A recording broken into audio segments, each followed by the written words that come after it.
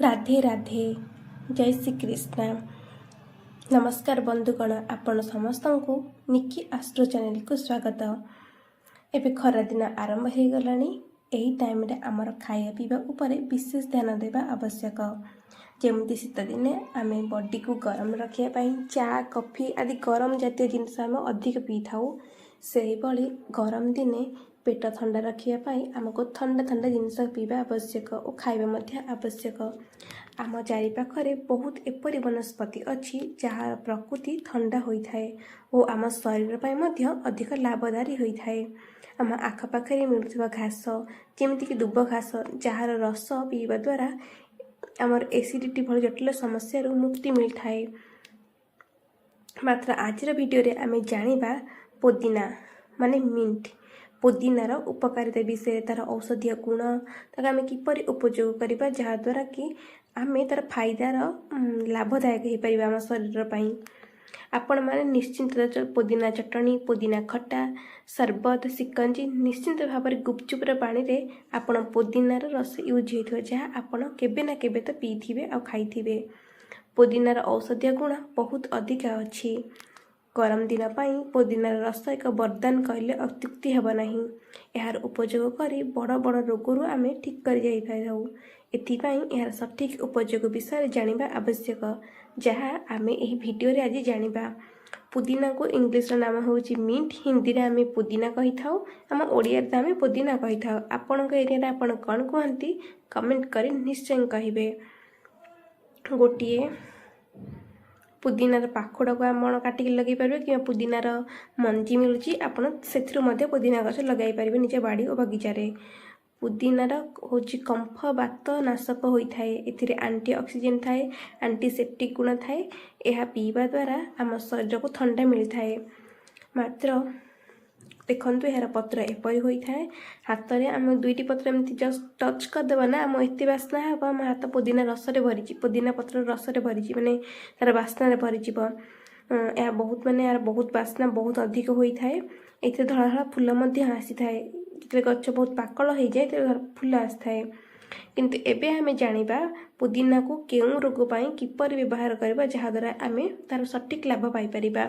Number 1 पाचन तंत्र पाई लाभदायक। पुदीना पीवा द्वारा शरीर को जाई आम शरीर को ठंडा प्रदान करिथाए। यह सेवन द्वारा पेटरे जलन गैस एसिडिटी भली समस्या दूर हो जाए। एथिपाई पुदीना को ग्राइंडर करी यार रस को भल भाव में आपण कौन सी माने पत्थर हेमदस्ता यूज कर रस बाहर करबा अत्यंत भल होता है। जेहेतु ग्राइंडरटा आम करेन्ट माने यूज कर गरम कर दे माने औषधीय गुण को यहाँ नष्ट कर दे। आपड़ एमती करेंगे जेपरिक सेम टेम्परेचर रे यह रस बाहर। यार रस को एक ग्लास पानी माने रखिए पानी कि किसी गुड़ कि मिश्रीर गुंडा आप मीठा पकई पारे। तापर टिके लेंबू रस टिके ना ब्लैक सल्ट पकईदेवे। तापर बाहर कर रस को चिपुड़ी से रस को एक ग्लास पानी में ढाली देवे एवं ताकू सेवन करेंगे। यह आपण गरम दिन पी पारे नचेत आपण पेट्रे देवे समस्या देखा एसिडिटी गैस एवं पेट काटुव यह यूज करेंगे। आपन को तुरंत बेनिफिट मिल। यह सेवन करने द्वारा आम पाचन तंत्र सठिक होता है। तासह गरम दिने शरीर को ठंडा प्रदान करता है और यार बहुत बेनिफिट अच्छी। नंबर 2 बॉडी डिटॉक्स करे माने आम शरीर गंधकी को दूर करता है।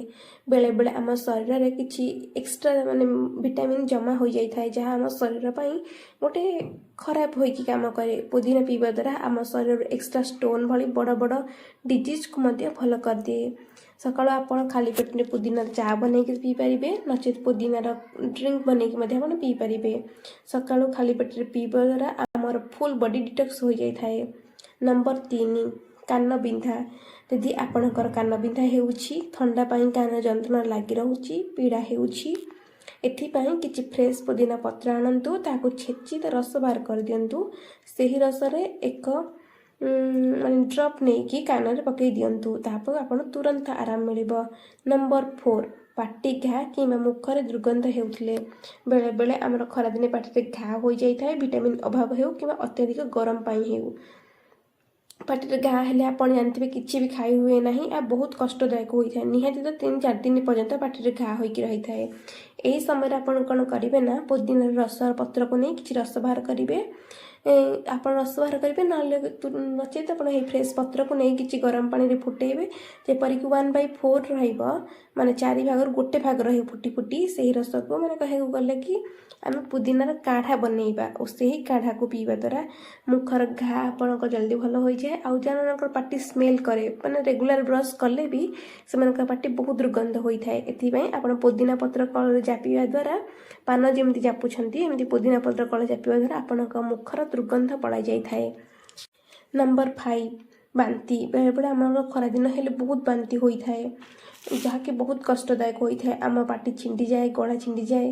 ଗରମ ଦିନେ ମଧ୍ୟ ବାନ୍ତି ଝାଡ଼ା ହୋଇଥାଏ। ଏଭଳି ସମସ୍ୟାର ମୁକ୍ତି ପାଇଁ ଆପଣ ପୁଦିନାର କାଢ଼ା ବନେଇକି ସେବନ କରିବା ଦ୍ୱାରା ବାନ୍ତି ଭଲ ହୋଇଯାଇଥାଏ ଏବଂ ଗଳାକୁ ମଧ୍ୟ ଟିକେ ଆରାମ ମିଳିଥାଏ। ନମ୍ବର 6, ଡାଇରିଆ, ବା କହିବାକୁ ଗଲେ ଗାଁ ଗହଳିରେ ଆମେ ତାକୁ ପତଳା ଝାଡ଼ା ବୋଲି କହିଥାଉ। ଡାଇରିଆ ହେଲେ ବହୁତ ମାନେ ଦୁର୍ବଳ ଲାଗିଯାଇଥାଏ। ଏଥିପାଇଁ ଆମକୁ ସବୁ ଅଙ୍ଗ ନେଇଯିବେ, ସବୁ ମାନେ ପୁରା ଫୁଲ୍ ଗଛ ନେଇଯିବେ ପୁଦିନାକୁ, ଚେର, ପତ୍ର, ଫୁଲ, ଫଳ ସବୁ ନେଇକି ତାକୁ ଆପଣ କ'ଣ କରିବେ, ତାର କାଢ଼ା ବନେଇବେ। ସେଇ କାଢ଼ାକୁ ଥଣ୍ଡା ପାଣିରେ ମିଶିକି ପିଇବେ, ଯାହାଦ୍ୱାରା କି ଆପଣଙ୍କୁ ତୁରନ୍ତ ଡାଇରିଆରୁ ଉପଶମ ମିଳିବ। ନମ୍ବର 7, ତ୍ୱଚା ପାଇଁ ବହୁତ ଭଲ ହୋଇଥାଏ। ପୋଦିନାର ରସକୁ ନିୟମିତ ରୂପରେ ପିଇବା ଦ୍ୱାରା ସ୍କିନ୍ ଗ୍ଲୋ କରେ, ତ୍ୱଚା ବହୁତ ଥଣ୍ଡା ରହିଥାଏ ଏବଂ ପିମ୍ପଲ୍ସ କମାଇ ଦେଇଥାଏ। ଏଥିରେ ରହିଥାଏ ପ୍ରଚୁର ପରିମାଣ ରୋଗ ପ୍ରତିରୋଧକ ଶକ୍ତି ଥାଏ। ଏଥିରେ ପ୍ରଚୁର ମାତ୍ରାରେ ଥାଏ, ଯାହା ଆମକୁ ଏନର୍ଜିକୁ ବୁଷ୍ଟ କରିଥାଏ। ଏଥିରେ ଥିବା ଭିଟାମିନ୍ସ, ଆଣ୍ଟି ଅକ୍ସିଡେଣ୍ଟ ଆମ ଶରୀରକୁ ବିଭିନ୍ନ ରୋଗରୁ ରକ୍ଷା କରିଥାଏ। ନମ୍ବର 8, ସର୍ଦ୍ଦି ଓ ଖାସ ପାଇଁ ଉପକାରୀ। ପୋଦିନାର ଚାହା ପିଇବା ଦ୍ୱାରା ଆମ ଶ୍ୱାସ ସଫା ହୋଇଯାଇଥାଏ, ନାକ ବନ୍ଦ ହୋଇଥିବା ଖୋଲି ଯାଇଥାଏ ଏବଂ ଆମ କାଶ, ଥଣ୍ଡା ଭଲ କରିଦିଏ। ଖରାଦିନେ ପ୍ରାୟତଃ ଲୋକମାନେ ଅଂଶୁଘାତର ଶିକାର ହୋଇଥାନ୍ତି, କିମ୍ବା ଆମେ ଖରାରେ କିଛି ବାଟ ଚାଲିକି ଗଲା ପରେ ଆମ ଜୋରସରେ ମୁଣ୍ଡ ବିନ୍ଧା ହୋଇଥାଏ।